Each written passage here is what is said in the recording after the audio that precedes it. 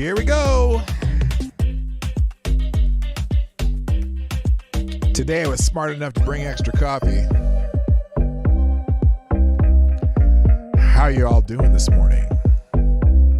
And are you ready? All right, turn that music down. It's time to start. Hello, everybody. Happy Wednesday. Hump Day on the Morning Night Live. Hope you all are having a fantastic morning. We got a lot to talk about. Holy moly. There's a lot of stuff going on. And in fact, well, I haven't even gotten to opening up the stuff from my aggregator. There's so much happening right now. So we're going to get it started as fast as we can here. How about right now? Does that sound good? Play the intro.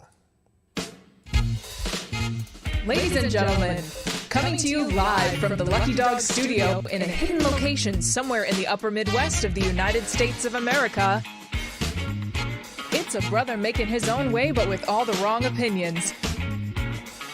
Welcome to the Morning Night Live with your host, the one and only Dawg Knight.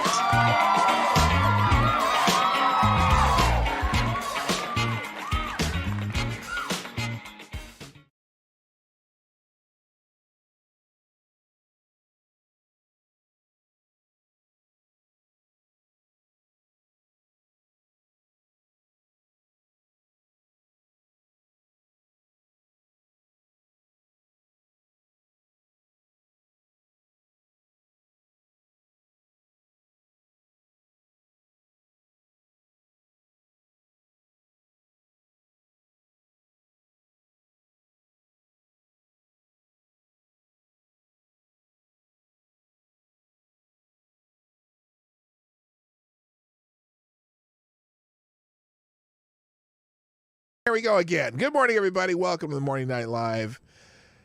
I'm your host, Marty, also known as Dawg Knight on the internet. Welcome back to the Dawg Knight Channel on this Wednesday, Hump Day, the 7th of December, 2022.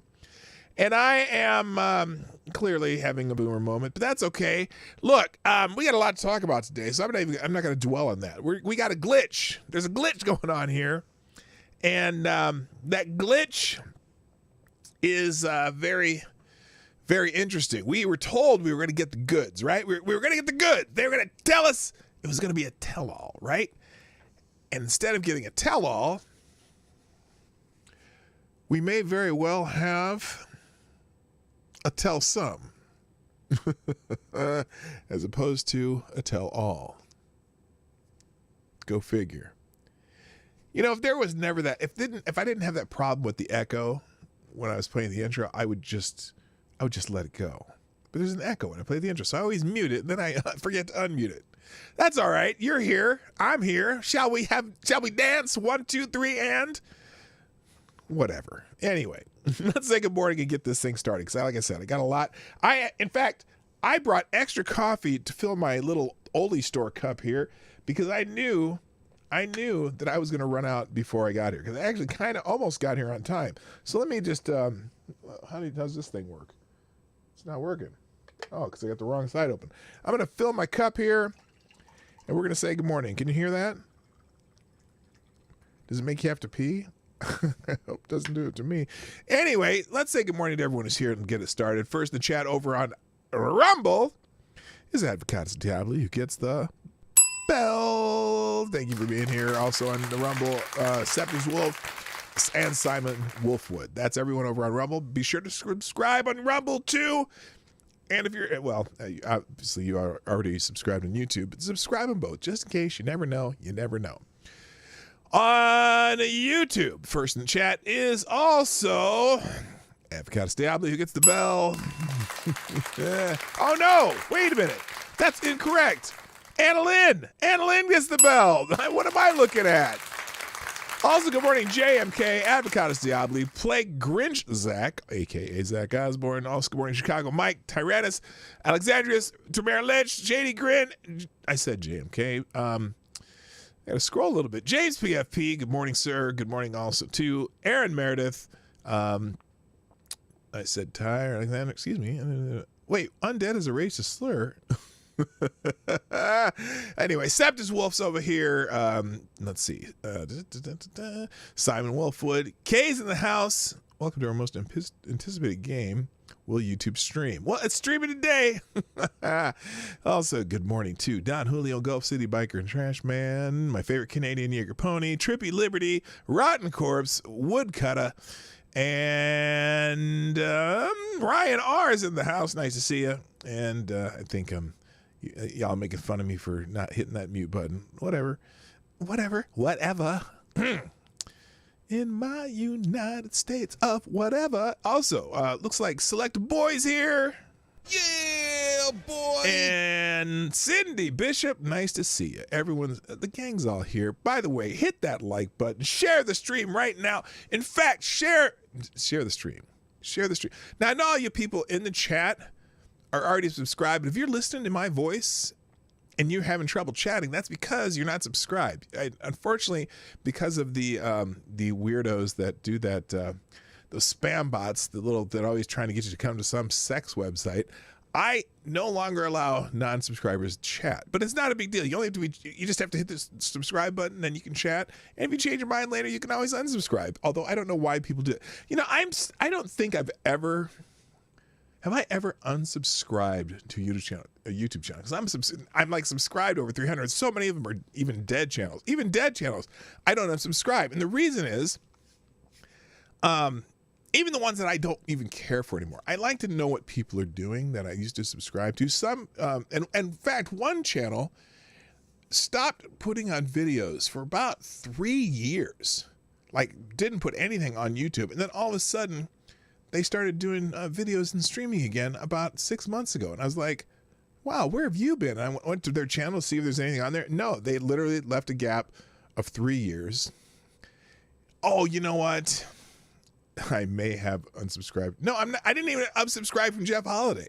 I didn't unsubscribe from Jeff Holiday. I didn't even unsubscribe from Cult of Dusty, who, a couple of these guys that took major U-turns after the anti-SJW grift, kind of fell away, and they decided to go back to their roots or whatever. I don't know. But anyway, Mundane Matt. I was never subscribed to Mundane Matt. He actually, what's the hell? One who's in the house. Nice to see you. But I always got his videos always popped up for some reason. I think I watched one, and then his videos would pop up all the time. Woz Lee, did Woz Lee close his channel? I don't even know. Kraut and T. I'm still subscribed to Kraut even. And actually, it's interesting because Kraut actually puts out an interesting video once in a while. And his is all very deep, researched political stuff from usually about Europe, and he doesn't do it. He doesn't really. He just really interesting one. So anyway, what's that? Do not speak the name of Jarbo. It will summon the incredible girth. No, it'll start a rock slide. That's what happens if you use Jarbo. You use Jarbo's name. So anyway.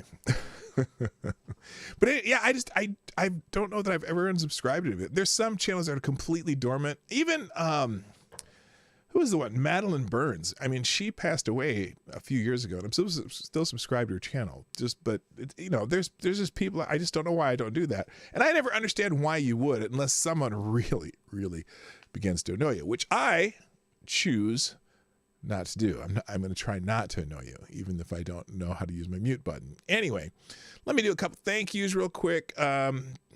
Maybe Matt Rose. Okay. No one. Well, okay. Somebody. Please share the stream. See if you can get one new person to come here. And clip that. Anyway, good morning, Lord Stanhope. Good morning, Rod Hopper. And all right, shall we start this thing? So let's just get into the news first, because there is there is some interesting news. What? Why is Josh? What? Oh, what is this? Josh Marshall, who I can't really stand, but I follow him anyway. Just curious. Oh boy.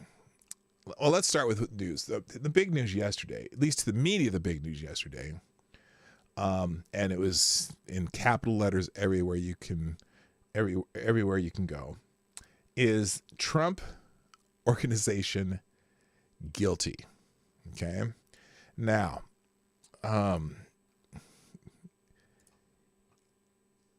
the media is going wild over this one, or at least they went. Well, it's weird. They went wild over it for a while, but it's not trending this morning, and I can't figure out why. So what happened is they said this is now. Here's the thing: this is not a criminal case, which is interesting. It's a civil case against the Trump Organization, saying that they're guilty of tax fraud, and this is a jury in Manhattan. So take that for what you will. Good morning, Jimmy Das Hotep. Nice to see you, my friend. Found guilty of tax evasion. Now, let's see. Let me see if I can find an article on this that's not going to be too fair. So these are the charges. These are the charges. Trump Corporation found guilty on all counts. Scheme to defraud in the first degree. Conspiracy in the fourth degree, tax fraud in the third degree, tax fraud in the third degree, tax fraud in the fourth degree, falsifying business records in the first degree, first degree, basically 4 charges of that. So let's go with NBC News, which is going to be, I'm sure, very unbiased and just straight down the line facts. The jury in New York. Let's just start with that. A jury in New York on Tuesday found the Trump Organization guilty on all charges in a sweeping 15-year tax fraud scheme that prosecutors said was orchestrated by top executives at the company. Now, what's fascinating about this is the you know what? Nope, I wasn't subscribed to Senator Titian, whatever him, but I got his videos all the time too. So what's interesting about this, so this jury found them guilty of tax fraud, right? But they've been audited by the IRS every year for the last, 12 years, I think? Or is it just Donald Trump has been audited? I'm not sure. But anyway, it's funny because the jurors deliberated for just over a day before returning the guilty verdict on a total of 17 counts, including scheme to defraud, conspiracy, criminal tax fraud, falsifying business records. The company faces roughly $1.6 million in fines when it's sentenced. The sentence is expected to take place January 13th, 2023. The former president's companies now stand convicted of crimes. That is consequential. It underscores that in Manhattan, we have one standard of justice for all. Manhattan District Attorney Alvin Bragg told reporters, calling the underlying case one of greed and cheating.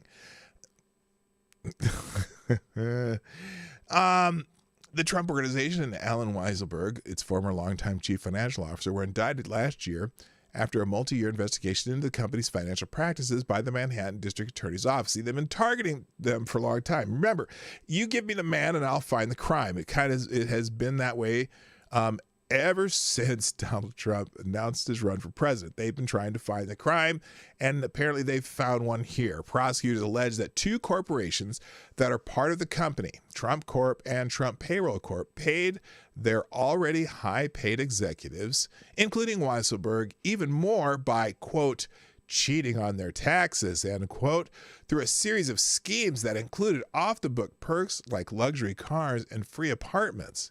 In a statement, Bragg said that the Trump Corporation and the Trump Payroll Corporation got away with a scheme that awarded high-level executives with lavish perks and compensation while intentionally concealing the benefits from the taxing authorities to avoid paying taxes. Now, who avoided paying taxes on this? If the Trump Organization gave these benefits, clearly they might not have been the ones paying the taxes. So apparently it was Weiselberg who was avoiding paying taxes. Good morning, Black Hebrew Israelite. That's right. And so then the verdict holds these Trump companies accountable for their long-running criminal scheme. Now it's interesting. Again, it ends up being $1.6 million in fines. I think the max is that they can get for this. So I'm like, okay, this is a 14-year investigation for $1.6 million in fines. But they don't care about the fines. They want to be able to put this headline in the paper that Alvin Bragg got the Trump organization found guilty. Now, Trump said in a statement that he was disappointed with the verdict in Manhattan, but I will appeal. He called the case unprecedented and a continuation of the greatest political witch hunt in the history of our country. New York City is a hard place to be Trump as businesses and people flee our once great city. Weiselberg, 75, pleaded guilty to 15 felony charges in August and was the prosecutor's star witness. He agreed to pay nearly $2 million in taxes, interest, and penalties, and served 5 months in jail as part of the guilty plea, which is fascinating because the Trump organization can be fined $1.6 million while Weiselberg is paying $2 million in back taxes. So anyway, let's see. They continued here. The companies argued that Weiselberg, who is still on the Trump organization's payroll, was a lone bad actor. They contended he masterminded the scheme for his own personal benefit, not the company's. Again, it is Weiselberg that they went after, but now they've gone after Trump too. We are here today because of one reason and one reason only, because of the greed of Allen Weiselberg. Defense lawyer Susan Necheles said in closing arguments. Necheles stood by that stance after the verdict. The case is all about Allen Weiselberg committing tax fraud on his personal tax returns. Every witness repeatedly testified that President Trump and the Trump family knew nothing about Allen Weiselberg's actions. He said, "We disagree with the jury's verdict." A spokesperson for the Trump organization said the notion that the company could be held responsible for an employee's actions to benefit themselves on their own personal tax returns is simply preposterous. Early in the trial, which began in late in October, Weiselberg and other top officials testified that other senior executives also benefited from the scheme and that the company also benefited by not having to pay payroll tax and other taxes because of the scams. Trump, who was not charged, complained about the case on social media Tuesday morning after falsely... Okay. This is NBC. No, you can't claim anything on NBC without saying falsely. After falsely claiming on Truth Social that murder and violent crimes are at an all-time high in New York City. Okay. Hi, Burbla. And the former president said the district attorney's office has been fighting a political witch hunt for D.C. against Trump. That's true. In fact, he ran on going after Trump, just like Letitia James ran on going after Trump. This is fascinating. So anyway, that's what's going on. Weiselberg, $2 million in fines. The entire Trump organization could get up to $1.6 million in fines. Fascinating. All right, moving on. Also in the news, the Time Person of the Year has been announced, and holy shit, the 2022 Time Person of the Year is none other than Vladimir Zelensky and the spirit of Ukraine.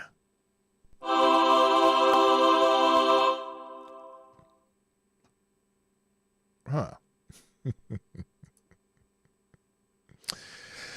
Oh boy. Well, I suppose. See, here's the thing. The Time Person of the Year doesn't mean that they're the greatest person of the year. It doesn't mean that they're the worst person of the year. It just means they're maybe the most newsworthy person of the year. And so maybe just because of what's been going on over the last year or so, this might be okay, right? Now, I got to be careful scrolling Twitter, so I'm going to put my face back on here before I scroll, because you never know, because someone might decide they're the person of the year and show their giant penis on Twitter, which is one of those things that, people complain about Twitter, about the liberals complain, oh, you guys are whatever, bitching about Twitter all the time, and then all of a sudden you see a giant penis on your screen when you don't want to. Let's see. Let's see whose take this is. This is Steven Crowder's take on this. Let's look at Crowder here. Vladimir, I gotta pause this. Hang on here. Here's Steven Crowder's take. I haven't even seen this. I'm just curious what Steven Crowder's take is on this. Why do you doubt your senses? Why do you mistrust the institutions? Well, first off, because it's Christmas, but you also shouldn't trust the experts. That's the entire theme of the episode. Everyone on the left and on the right this has got nothing the to do Iran with story this. wrong. Everyone got the Twitter files wrong. Turns out Wikipedia's been getting in on that action. It's a circular feedback Okay, loop. that's something else. Anyway, he says Vladimir Zelensky has been named Time Person of the Year, joining such luminaries as Adolf Hitler and Joseph Stalin. Why, though? Okay, he's just introducing a show. Of course, we've also, remember, Greta Thunberg was a Time Person of the Year. It says this isn't the first time that a short fraud from overseas telling us to make sacrifices was the person of the year. I don't get it. I mean, I do get it. He's newsworthy. Natalie Danielson, the Times Person of the Year should be the men and women in the military who sign up under a false pretense that they are fighting for freedom with their life and limbs, but nah, they pick the professional warmongers to feature instead, who use the freedom lovers as cannon fodder. Ooh, that's harsh. Wayne Dupree, Time announced Wednesday morning that Ukrainian President Vladimir Zelensky is Person of the Year. What a crock of BS. People aren't happy about it.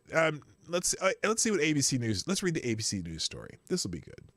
I should read the Time story. Oh no, that's just showing political headlines. Forget that. Where is Time magazine? Time Person of the Year is a welfare queen. Oh man, that's tough.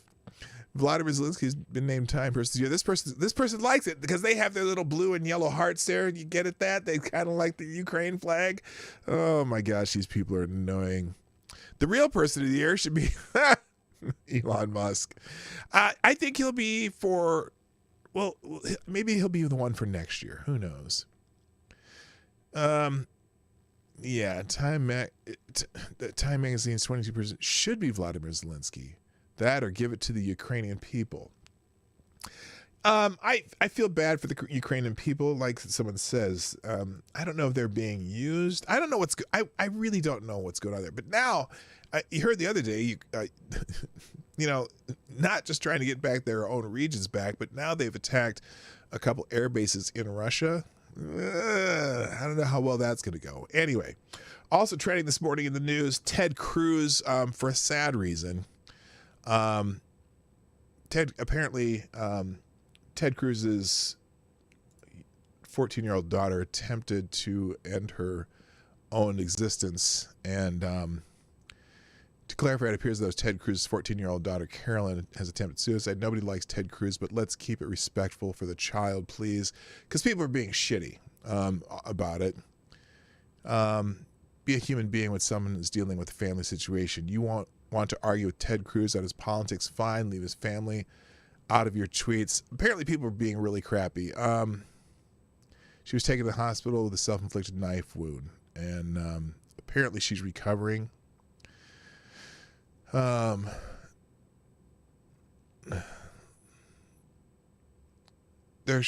have been many responses to the situation with Senator Ted Cruz and his family. My only response is spend less time on Twitter and more time with my own daughter.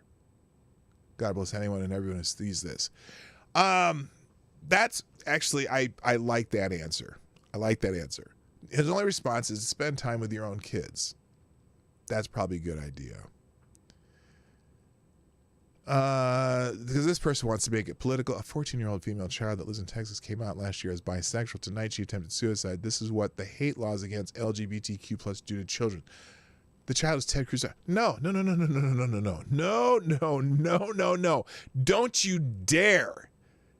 Don't you dare say some bullshit like that. you don't have any idea what it's about. And it's not, 14-year-olds don't pay attention to the laws. Okay. And I'm sure that his daughter probably has full support of her parents. Otherwise, she wouldn't have probably been living there. So whatever. That's some bullshit.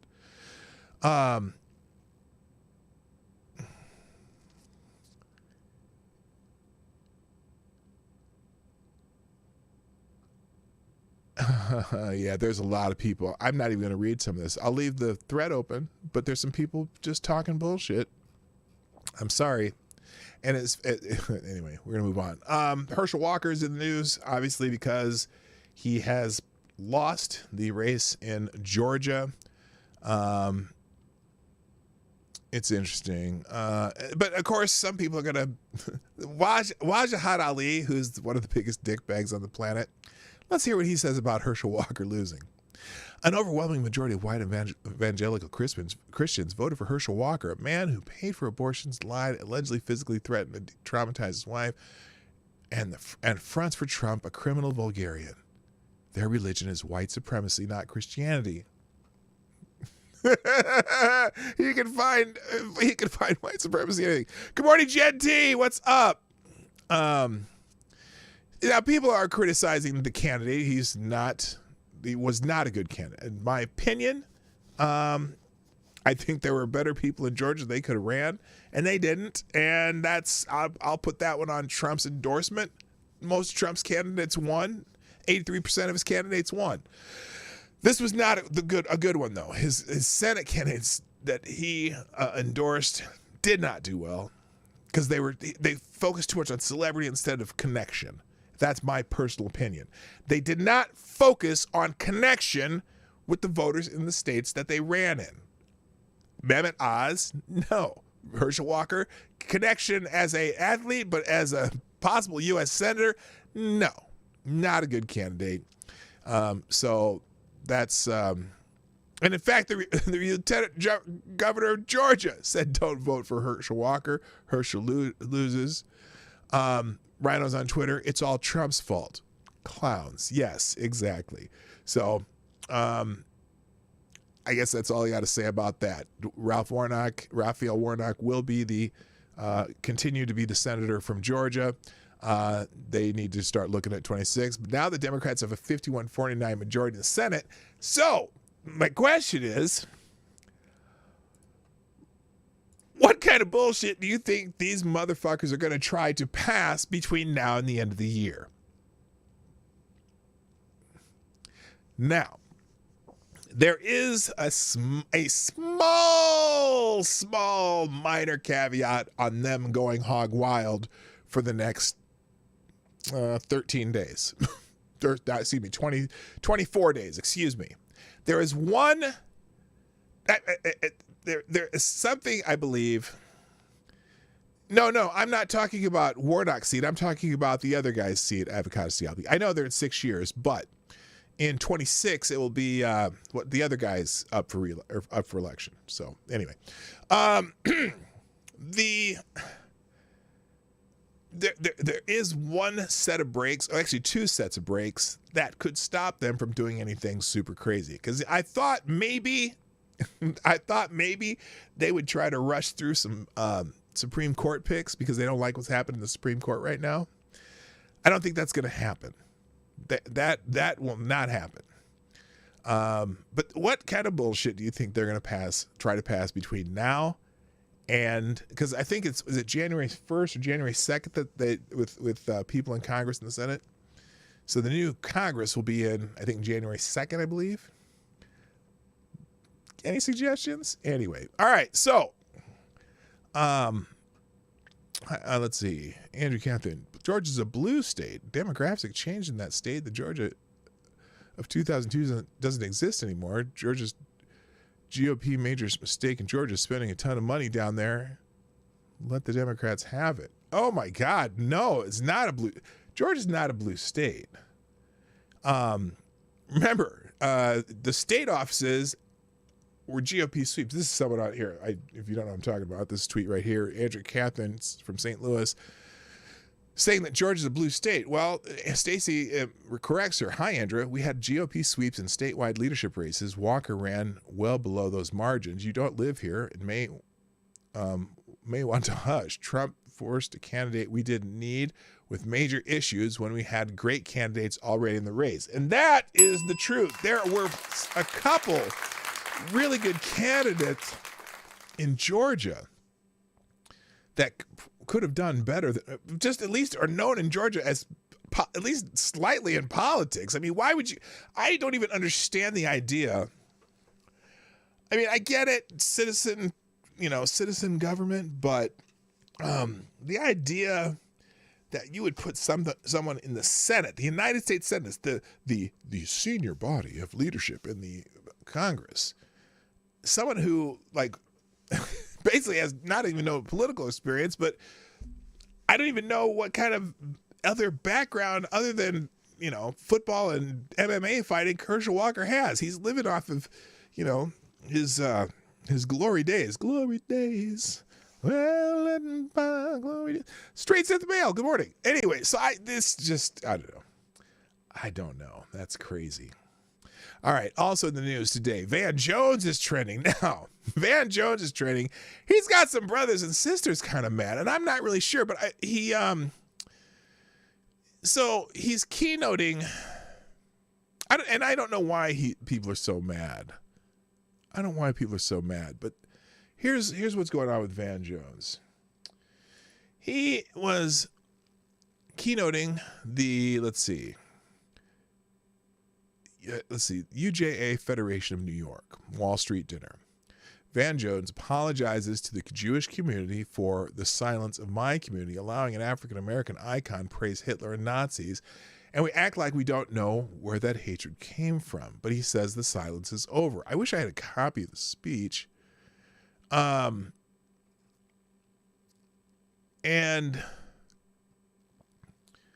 yay, nah, Van Jones repeats, sending a message to Kanye West to change his legal name to Ye for spreading hate against Jews. Jones says you're going to see a change going forward, noting the historic relation between Jewish and black communities. Now, there's people, and now I don't think it's Van Jones's responsibility to apologize for Ye. I can vehemently disagree with Ye, but I don't have any responsibility for the things he says. You can't speak for a community because not everyone in the community believes the same things.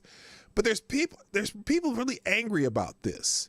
So, and I'll just give you some examples. Dear everyone, Van Jones is not a spokesman for black people. Interesting. This person, any white Jew who wants to apologize on behalf of their community, since that apparently is what we're doing nowadays, according to Van Jones. Van Jones sees a trial in Hotep court for grifting to the white me. Oh my God, and beyond.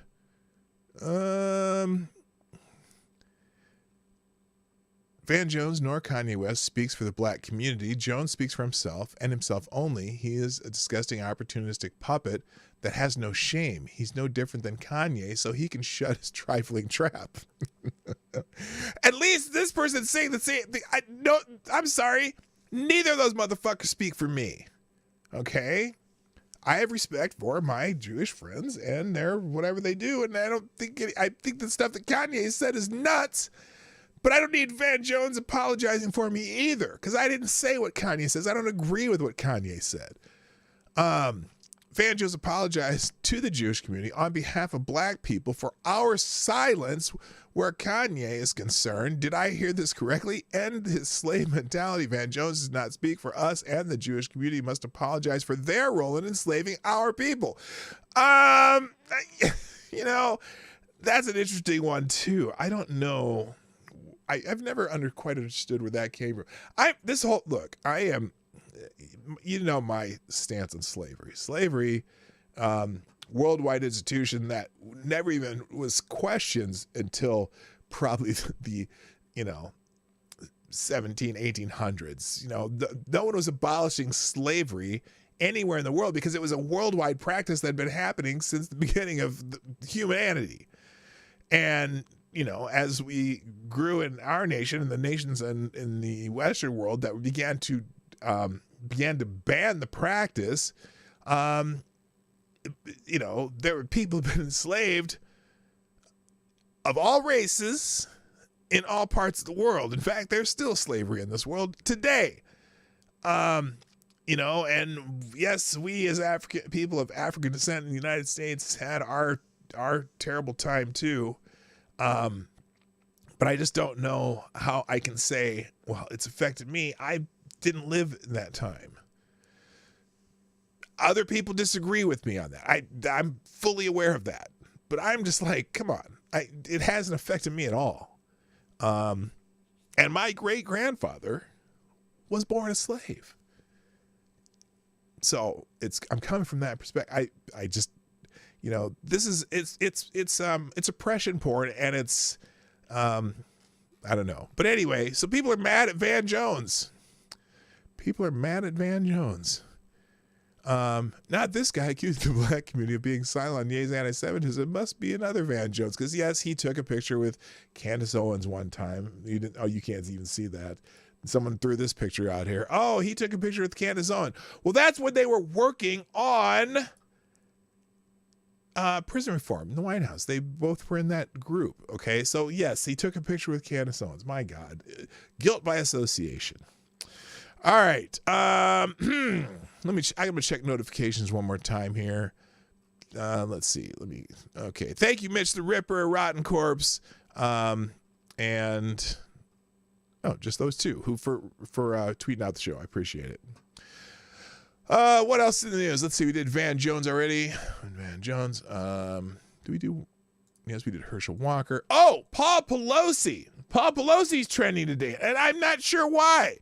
But here's an interesting thing. Now, a lot of people are wondering, why hasn't the Paul Pelosi video, the body cam footage from the Paul Pelosi incident, why has that not been released? Because that's a normal thing they do out in California. They release body cam footage, but they haven't released the body cam footage from the Paul Pelosi incident.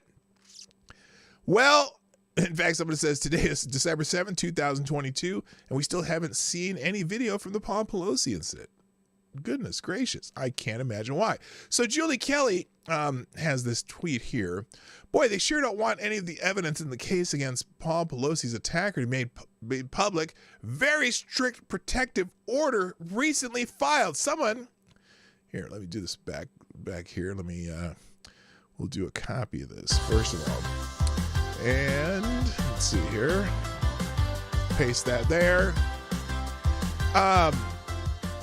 So here's the file. So this is what she posted here. I'll put this on full screen so you can see it. Defense team may show witness protected information in this course of preparing a defense for trial or any related proceedings in this case, but only if the witness, by reason of their participation in the underlying events or conduct, would have seen or had reason to know such information, or it is otherwise relevant to the defense of the case that the defense team discuss with or show the witness protected information. Witness may view only protected information in the presence of the defense team. No witness or potential witness may retain copies of discovery material that contains protected information after his or her review of those materials with the defense team is complete. Defense counsel may also provide unredacted copies of protected information to any experts and retained to assist with the preparation of the defense in the caption use. The defendant, all members of the defense team, and any experts who received protected information under this order shall be provided a copy of this order along with those materials and shall sign and date the order reflecting their agreement to be bound by it. The defense team shall maintain protected information safely and securely and shall exercise reasonable care in ensuring the confidentiality of those materials by not divulging the contents or permitting anyone to see protected information except as set forth in this protective order, and so on and so forth. So they got some protected information they're trying to protect. Seems a little extreme in a situation where the public has already been told all the undeniable facts, right?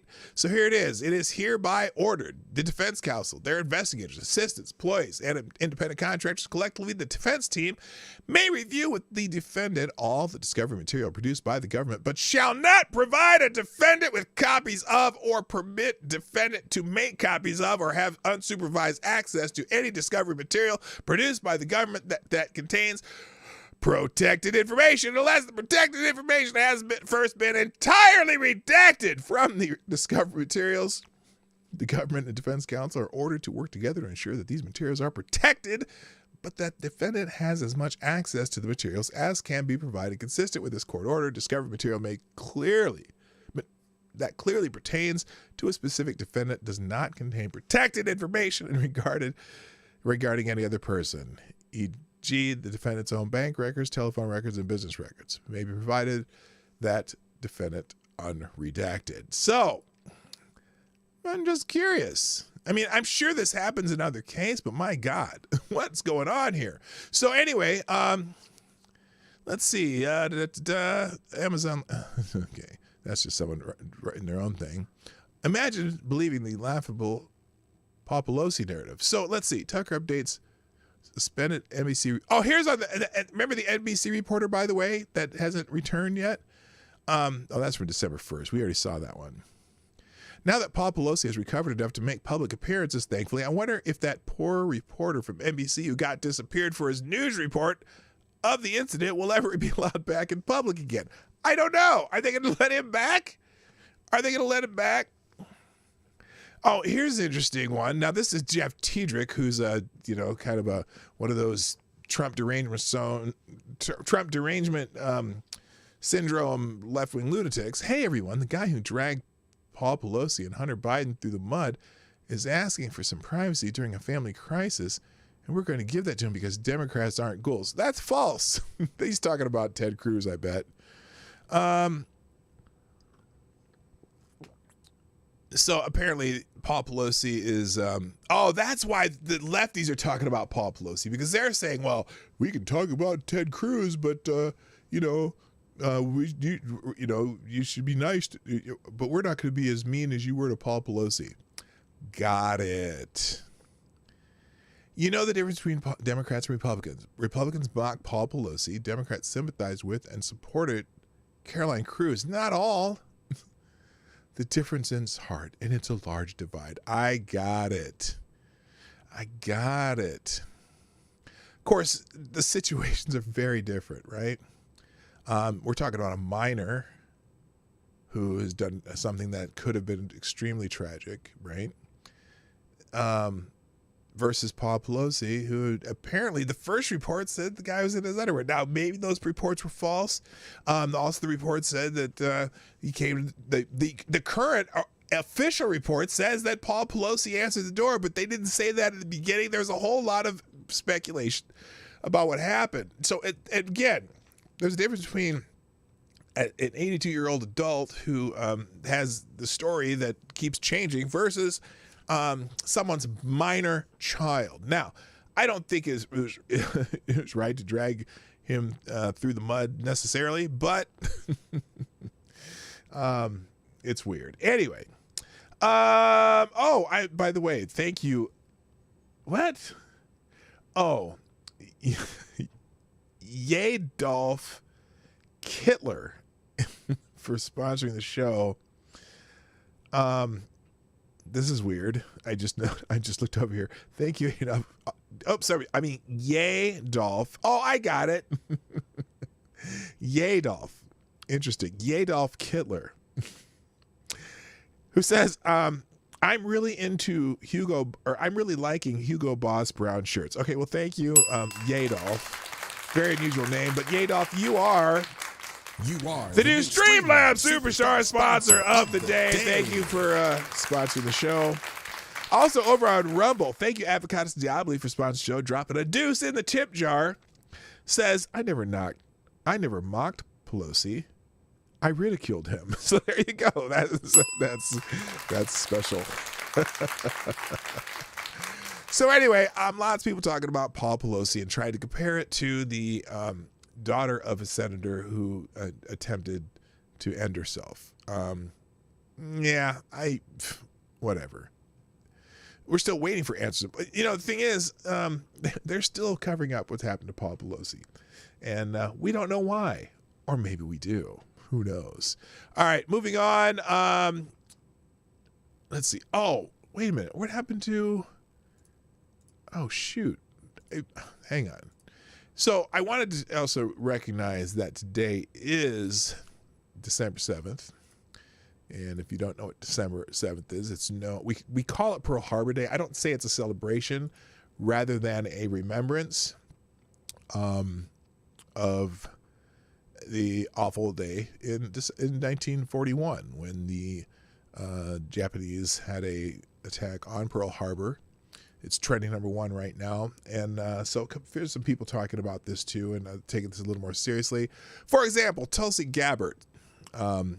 We are walking 50 miles from Kanaha to Pearl Harbor in honor of the 81st anniversary of the attack on Pearl Harbor.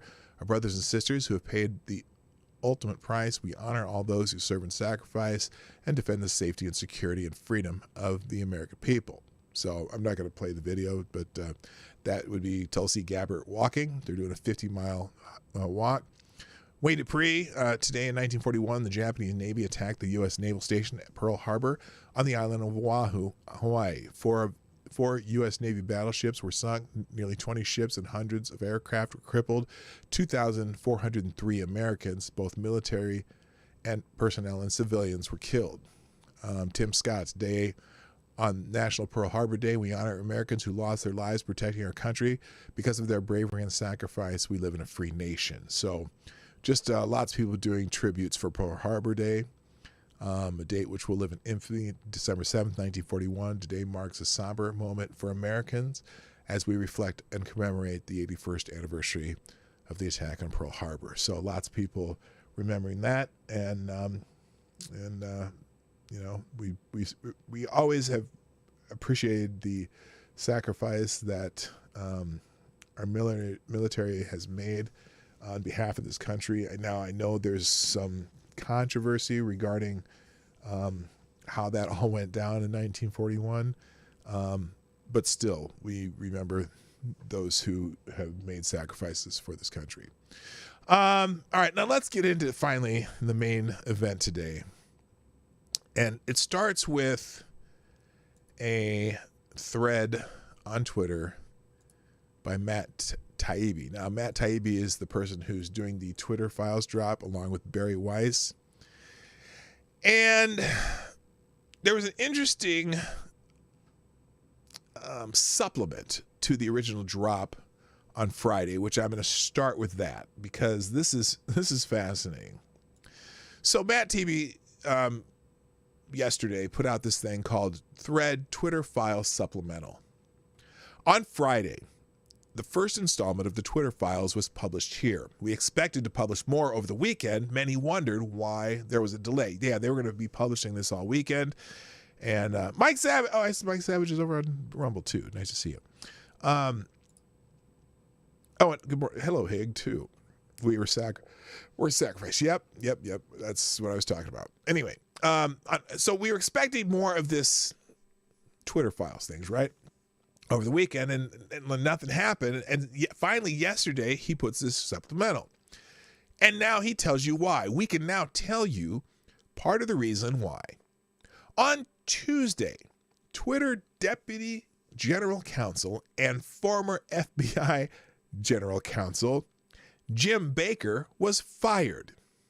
Among the reasons, vetting the first batch of Twitter files without knowledge of new management. Now, I have some major questions about that. But he continues.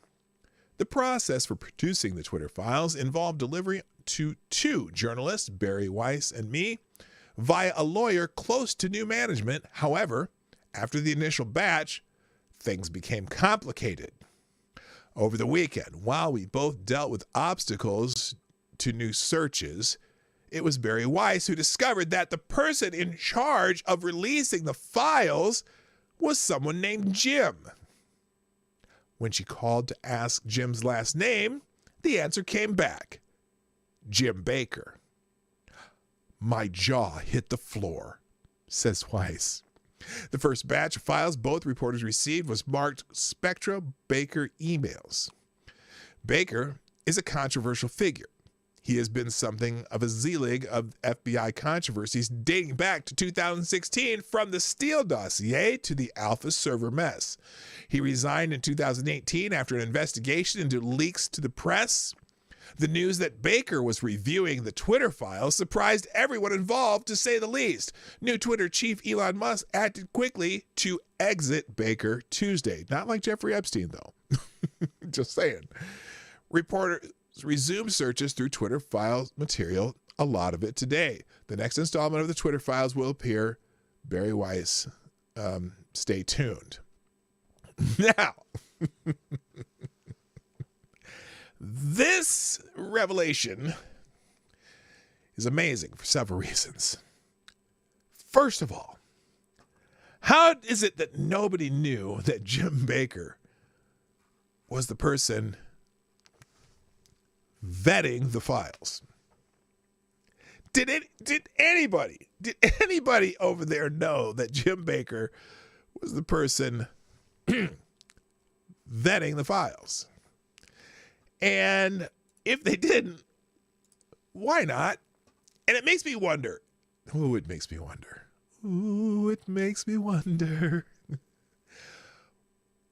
Who's in charge over there? Now, so this has brought up several different things that different reporters have been talking about. So here's one of them by Michael Tracy.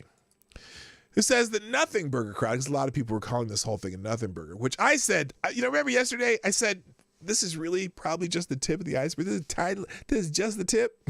And the rest is going to happen slowly, and we should just let it happen. You know what I mean? And because there has to be more. I mean, yes, what they said so far has been kind of bad, because you're like, yeah, I get it now. Why, a lot of people get censored, this and stuff, and the whole thing with Vijay doing the thing with New York Post and all that. But there has to be more. There has to be like some, because they didn't really put any files out yet, because you thought it'd be like a WikiLeaks dump or a Project Veritas dump, where you just get this barrage of stuff that's going, holy shit, look at all this. But they haven't done that yet. And so now you go, that's why a lot of the press is saying, it's a Nothing Burger, because they haven't really provided anything. But they've provided enough to be controversial, right? So Michael Tracy says the Nothing Burger crowd must have missed this one. Jim Baker had previously been at the heart of the Russiagate chicanery as general counsel of the FBI. Then serendipitously, I always hate that word, he's hired by Twitter and is right at the heart of their internal process on Russian-related censorship. Now, hello, Jeffrey Russell Jr. And this is one of those things that drives me insane. So when, during all the Russia shit, right? Remember James Clapper? Was he the NSA director, something like that? And you got John Brennan, that asshole. And they all get hired by these news media places that use them as consultants, right? Or as contributors. And all these assholes who were doing terrible crap during that, all of a sudden get hired by NBC and MSNBC and CNN and Twitter. Okay. You know who else you know who else works for Twitter? And I don't know her name.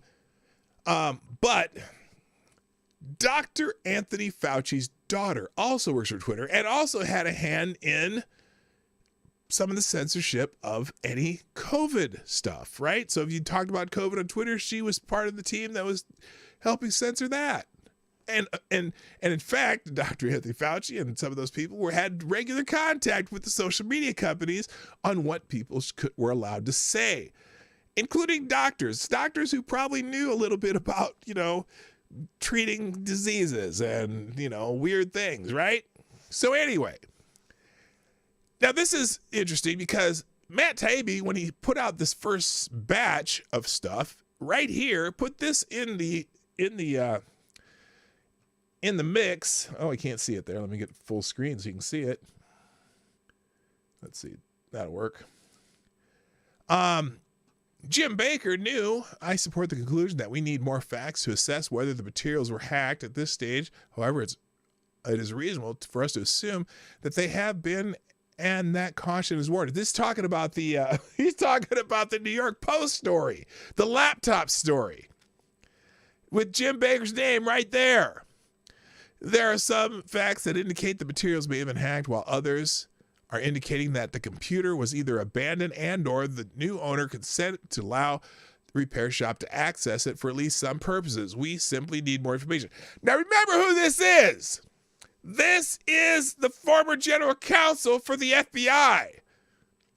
Do you think the former general counsel for the FBI could probably just make a phone call? But no, he even continues to say it's reasonable to assume for us that there might have been a hack. I'm beginning to think that he is a hack. Duh. You know, and here's the other thing about this. You know who else? What other place? What other place has a relationship with Twitter as part of their legal team? Have you ever heard of the law firm known as Perkins Coie? Who knows what the law firm known as Perkins Coie? They are the counsel for the Democratic National Committee and for the Hillary Clinton campaign, and they are involved with Twitter too. So it seems to me, trying not to sing a song that says "seems to me," that all these people are embedded in the social media companies. It's amazing. Now, someone else mentioned something about this. Greg Price, who's he's a right wing person on the YouTube, on Twitter. James Baker, as an FBI lawyer, received fake Trump Alpha Bank story from Hillary's campaign, was involved with the Steele dossier, personally approved the FISA warrant to spy on Carter Page, and supported censoring the laptop as Twitter's deputy counsel. You can't make this shit up. Isn't that amazing? So, and then he references Matt Taibbi's tweet here. Oh, yeah. And he also finally got fired from the FBI for leaking classified national security information about the Trump administration to the media. He went from spying on Trump to censoring the Hunter laptop to secretly reviewing the Twitter files before their release. So what we don't know is what did he take out of those documents, or what did he sanitize for the viewing public? I gotta think that there's some there's got to be some smoking gun shit in there somewhere. So anyway, he has been fired, which is fine. He's been fired, and they're going to continue on. But we don't know. There's no way to know what he, what else he has done. So that's just crazy to me. Now let's see. This is so Vijaya Getty went around pre-POG CEO with content moderation decisions and okay, so yeah, here's this is Noam Bloom, Neon Taster, or whatever he calls himself. So Vijaya Getty went around the pre-Parag CEO with content moderation decisions, and Jim Baker went around the post-Parag CEO to vet the Twitter files. Sounds like that place has a bit of a tweep state.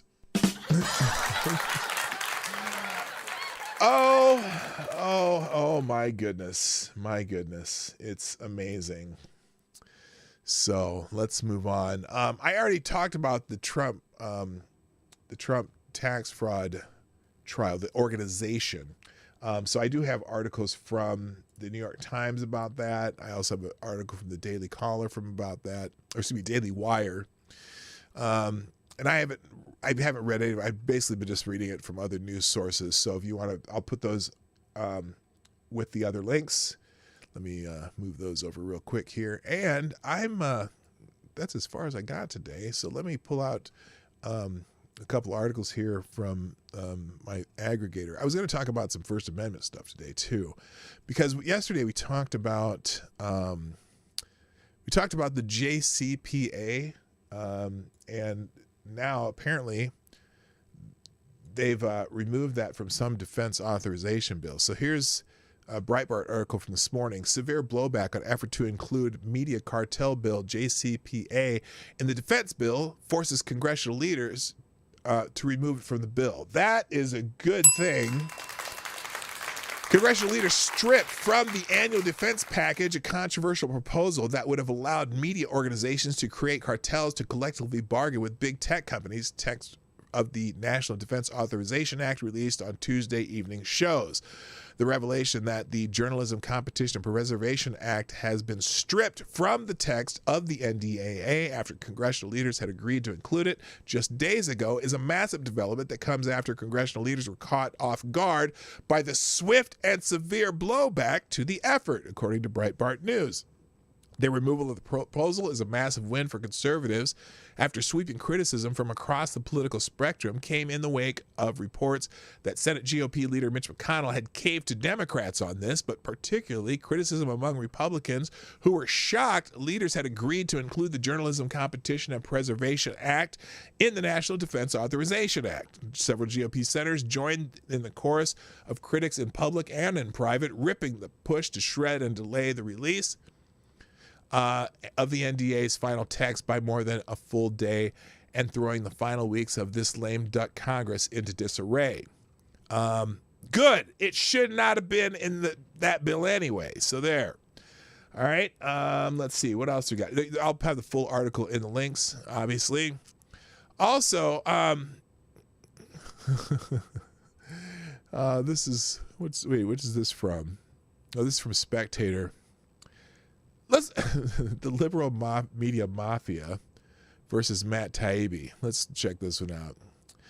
Nice career you got going there, Matt Taibbi. It would be a shame if anything happened to it. That, in essence, is the message of liberal journalists who are livid.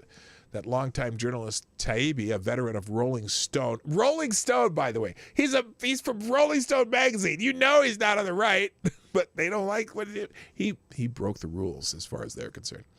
And now the publisher of the Substack newsletter TK News has taken on the task of publishing Elon Musk's Twitter revelations, decided news that reveals just how badly Twitter was corrupted in its attempt to silence former President Donald Trump and anyone else not in the liberal media mafia. New York Post made a point of focusing on these authoritarian censors and the reaction to Taibbi, who had the gall to publish genuine news.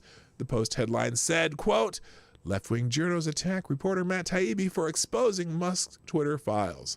A list of journalists acting more like mafia foot soldiers were listed. Ben Collins from NBC News, Wajahat Ali, that face, New York Times and Daily Beast contributor, Chris Hayes, Brandy Zadrozny, and Jacob Silverman. Now, by the way, I clipped down my little montage of PR for the richest man in the world into a single video. If you'd be so kind, please share that video. I just put it out, I think yesterday. Yeah, last night I did that. Doubtless there are many more journalists like this, but let's be clear. These are not journalists. They are left-wing activists pretending to be journalists, yes. And the left is being what it is, authoritarian and pro-censorship, among other things. It's not surprising in the least that they would target Taibbi for having the nerve to pull back the curtain and reveal the nitty-gritty details of just how the tech giant had been run pre-Musk when the hands of even more left-wing mafia types, in this case, the world of big tech. That there is, to borrow from President Reagan's description of the Soviet Union, an evil empire composed of leftist journalists and their allies in both the Democratic Party and the federal bureaucracy is without question. Now, I'm gonna leave the rest of this to you. You can read it later, but and it's funny because I was I was on Twitter, right? I was talking to somebody about this, and they were, well, here, maybe I can find it. They were talking about, what the hell was it? Hang on a second here. I said something about how these mean girl journalists like Taylor Lorenz and Ben Collins and what's the other one? Kat Tenbarge. How they always first they use experts, right? Experts is their favorite thing to say. Experts say this, right?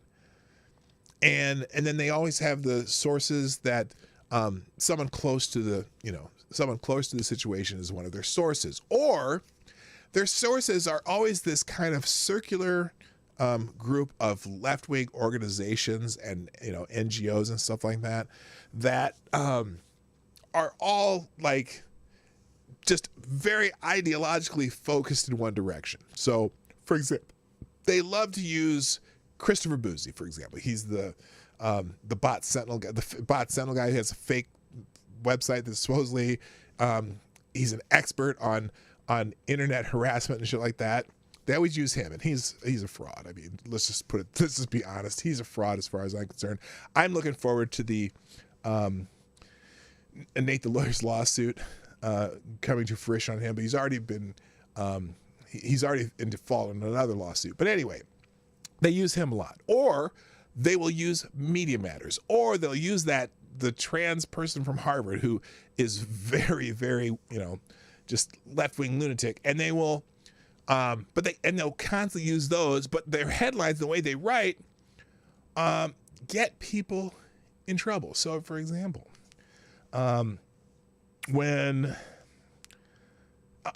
Nick Rekieta was having his little spat with Keffels, right? And, Taylor Lorenz would write about Nick and use a description of him as one who starts harassment campaigns. All right. And so but the problem is not so much that she writes that, but it's the fact that she works for one of the most, okay, I'm going to say this in a way that may not jibe with what you think of this particular organization, but the Washington Post is, in theory, one of the most respected newspapers in the country as far as mainstream media. Now, we all know that the Washington Post is a very one-sided, slanted piece of shit newspaper that is, basically, a spokesman for the DNC and any left-wing causes. But their reputation is as of one of the great papers that we have in the United States. So companies that don't really pay attention to what slants the the Washington Post takes every time they write a story, just see it as, wow, this is the most quoted paper in the country, or the New York Times, most quoted paper in the country. The big name old media is considered the ones you got to worry about, because they're the ones who can make a story. Basically, their stories are viral. Everyone talks about stories in the Washington Post and New York Times, even though I think they're shitty newspapers. So, Manuel Presley, how you doing? So anyway, where was I going with that? What was my point? I don't even remember. But anyway, because when Matt Taibbi steps out of line, who are the people that are writing about that? People from the New York Post, from the Washington Post, from the NBC News, from the New York Times, from MSNBC, from NBC. All these people dragging him through the mud because he had the temerity to break a story that doesn't necessarily fit their worldview, or challenges the idea that these people are the ones who should have this power to censor everybody else. That makes him a target. Okay. Now, I think it's possible, and if this is done right, and they are able to release as much information as possible, just as little redaction as possible with this Twitter thing, and you see the actual smoking gun, it may save him. Okay. But boy, oh boy, they're going to continue to go after him. Most experts are low-level dudes in jumpsuits like Joel on MST3K. Oh, wait. Most perts. Are we talking about experts? I don't even know what that says. Anyway, so they are definitely going after Matt Taibbi, but I think this scoop is going to be way bigger. I mean, like I said yesterday, I think this is just as big as Watergate. Government officials, activists, media officials using one of the biggest communication tools, especially political communication tools there is, and manipulating it on the behalf of one political party, one political campaign, and used to bludgeon another political campaign. It should be a giant story. And so it's a big damn deal. I'm also including the Daily Caller article on James Baker getting fired. Musk fires ex-FBI lawyer for allegedly stonewalling access to Hunter Biden Twitter files. Elon Musk announced Tuesday that former FBI lawyer James Baker, who was Twitter's deputy general counsel, has been exited from the company for allegedly holding up the release of documents pertaining to the platform's handling of the Hunter Biden laptop report.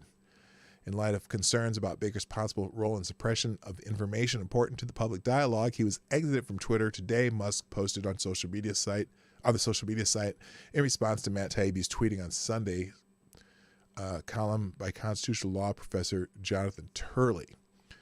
Taibbi revealed the reason behind the alleged delay in the Twitter file release in the thread posted on the social media site on Tuesday, which we just read. So I didn't see the article by Jonathan Turley, though. Turley's another one of those people who's a gadfly to a lot of the people on the left, because Jonathan Turley is a lawyer that's and he's also a professor who is in theory left-wing, but he writes things that are good for both sides, and they don't like that. They want it to be, they don't want it, the strikes and balls called right up and down the middle.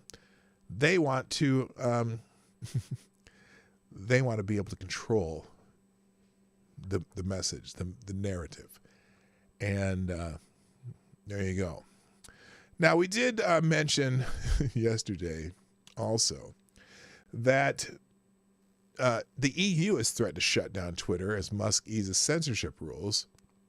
German newspaper Die Tageszeitung says the EU is monitoring Twitter very closely since its takeover by Elon Musk. European Union has threatened to shut down Twitter if it fails to comply with a new set of regulations. EU Commissioner for Internal Market, Thierry Breton, threatens to shut down Twitter if the short messaging service does not comply with European rules, the German paper Die Tageszeitung reported Saturday. The EU ruling elites are apparently rattled by Musk's attempts to allow free speech across the platform. The paper explained Musk declared himself a champion of free speech upon his multi-billion-dollar takeover of Twitter. But there are significant legal, political, and ideological differences between these ideas in the U.S. and Europe. Yeah, because the Europeans are authoritarians and think they have the right to arrest you for saying bad, hurting other people's feelings. We don't allow that here. And he said, they said, and if the rule, I have to do this in the proper voice. And if the rule breaking continues, we can shut down the platform in Europe. No one should be under any misconception. We will do it if it becomes necessary. The EU Commissioner Breton told the German news agency Funk Media Group. So, that's funny because Nigel Farage says the unelected EU Commissioner Thierry Breton threatens to block Twitter in Europe unless it follows his rules. This is a perfect example of why Brexit was the right decision. So Twitter's Brussels-based executives may have resigned over Musk's demand to show up for work and put in longer hours, an apparent affront to their European sensibilities. Okay. So anyway, people are talking about that. That's funny to me. All right, let me finish up with something interesting here if I can find it. Let's see. Oh, interesting. If Musk wants Twitter to have freedom of speech, he needs to allow freedom of reach. That's an interesting story. And also, this is another thing too. I forgot about this one. Here's one for you. So you remember the Arizona governor's race? Well, Arizona governor-elect Katie Hobbs also helped censor social media speech while she was the Secretary of State. While serving as Arizona's Secretary of State, Governor-elect Katie Hobbs played a role in censorship of social media speech, according to documents submitted as a part of discovery in the case of Missouri versus Biden. Hobbs' office reached out to the Center for Internet Security, a nonprofit that acts as a mediator between government entities and social media companies, to request a review of Twitter posts claiming that Arizona's voter registration system was owned and operated by foreign actors. Now, I could see having a concern about that being a rumor, but this is an attempt to further undermine confidence in the election institution of Arizona, stated Hobbs' office. Within 30 minutes, Twitter told CIS that it would escalate their issue with posts. About 7 hours later, Twitter notified CIS that it had deleted the offending post. The entire exchange took place on January 7th of last year, a day after the Capitol riots. Both tweets have been removed from the service, stated Twitter. So, it's interesting. Again, private company, but a government entity is censoring somebody? I don't know. I have a problem with that. In the months following this exchange, revealed in court filings, Hobbs focused on publicizing her view of the danger that misinformation and disinformation pose. Again, disinformation, misinformation, those are words that are being used to say, shut up! That's all. That's how I see it. And it's funny because a lot of disinformation and information turns out to be true later down the road. Well, kiss my ass then, right? So anyway, yeah. So Katie Hobbs, I mean, it's funny. Now I wonder. They said in the report, and we'll find out as we learn more from these Twitter whatever drops. It'll be interesting to see what the ratio of Democrats to Republicans making these requests from social media companies like Twitter. I'm sure that ratio is just absolutely 50-50. I couldn't even keep a straight face saying it. I'm just saying. It's just crazy. Let's see. Oh, we already talked about the restaurant where they would not serve Christians. That was yesterday. Let's see. I had one more. Let me see if I can find it here.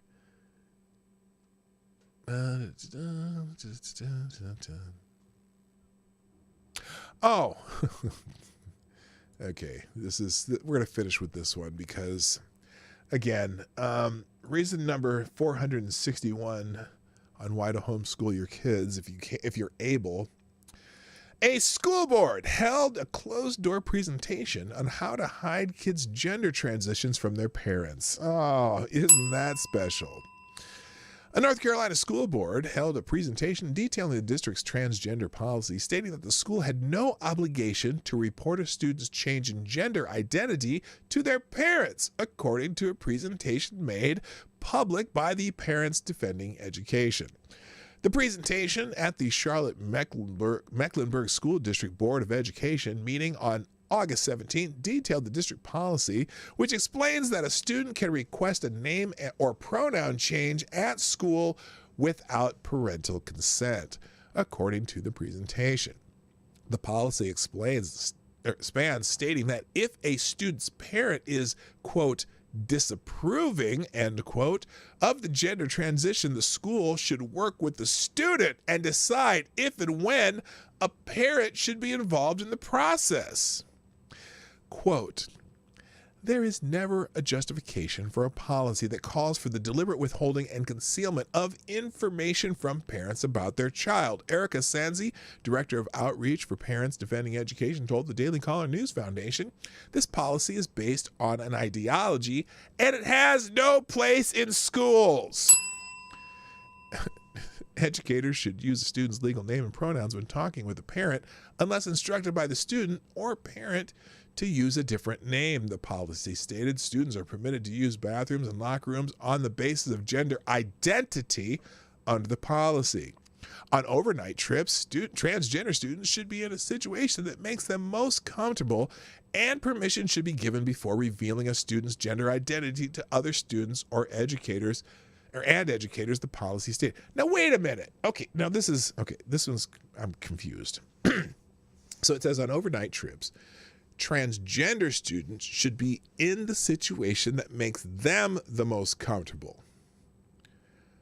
I got a question. Hello, TC. What's up? I have a question. How is it should be in the situation that makes them the most comfortable? What about the other students?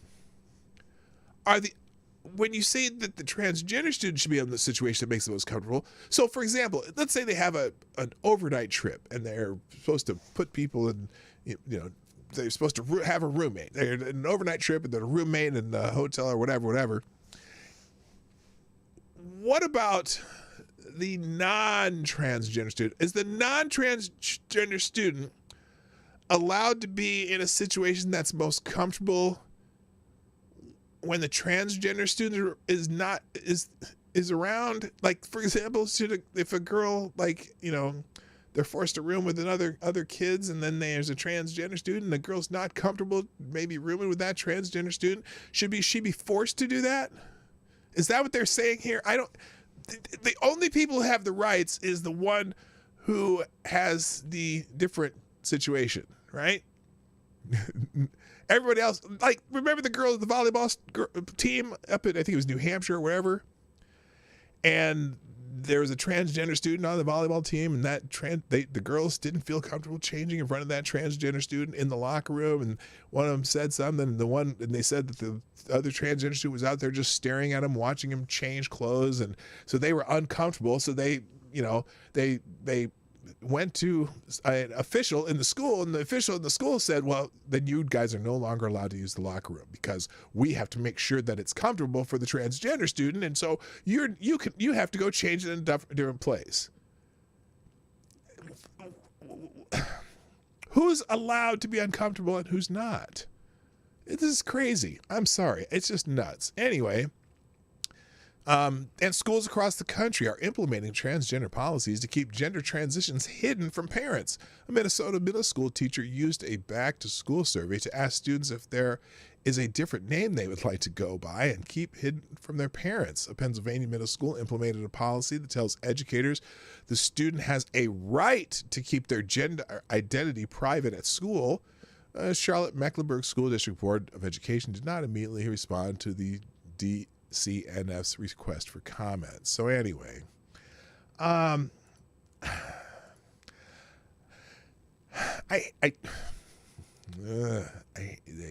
allowing to hide people from hide shit from people's parents. I don't get it.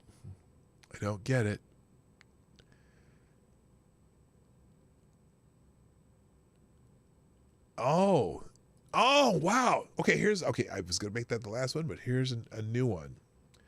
And this, remember back in London County, Virginia, and the guy got arrested for defending his daughter who had been sexually assaulted by a student in the facilities.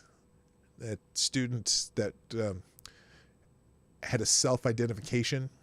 Well, there has been, on Monday, a grand jury that had been investigating the incidents involving a student at the London County School District who had committed acts of sexual abuse in 2 schools and against different students made its findings available to the public. Website London Now reports that the jury had been impaneled since April and requested by Attorney General Jason Miyares. Miyares was acting on a request from Governor Glenn Youngkin, who made the executive order on his first day in office. At issue was the way this district handled the situation in which a student sexually assaulted a girl at Stonebridge High School in May of 2021. After being transferred to Broad Run High School, he assaulted another girl in October of that year. In the report, a 9-member grand jury stated that while there was not a coordinated cover-up, which there was, LCPS administrators were, quote, looking out for their own interests instead of the best interests of LCPS. This invariably led to a stunning lack of openness, transparency, and accountability, both to the public and the special grand jury. There were several decision points for senior LCPS administrators up to and including the superintendent to be transparent and step in and alter the sequence of events leading up to the October 6, 2021 BRHS sexual assault. They failed at every juncture. So the report states also that despite the lack of cover-up, what do you mean lack of cover-up? They were lack of transparency. The school board members were deliberately deprived of information about both assaults and had to learn about them through the press, presumably the investigative report from the Daily Wire. The grand jury also stated that the October 6, 2021 abduction and assault could have been and should have been avoided. Really? Yeah, that seems elementary to me.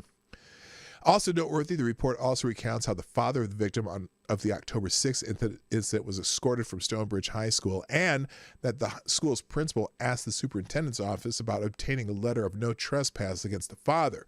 The LCPS chief operator sent an email to the superintendent and the other school staffers indicating that the incident was related to Policy 8040, which pertains to transgender and gender expansive students. Transgender and gender expansive students. Boy, talk about some verbiage there. A team meeting was scheduled to discuss the matter. The grand jury believes that this was the beginning of the complete lack of LCPS. What?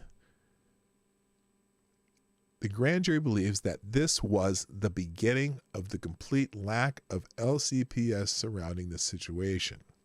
London Now made the entire report with the attachments available here. We'll leave that in the links. I'm not going to go through it. Please note that it does contain sexually explicit language and profanity. Okay, so if you want to read that report, it will be in the links today. Maybe, if it pops up. Yep, there it is. So the entire report has been made public. All right.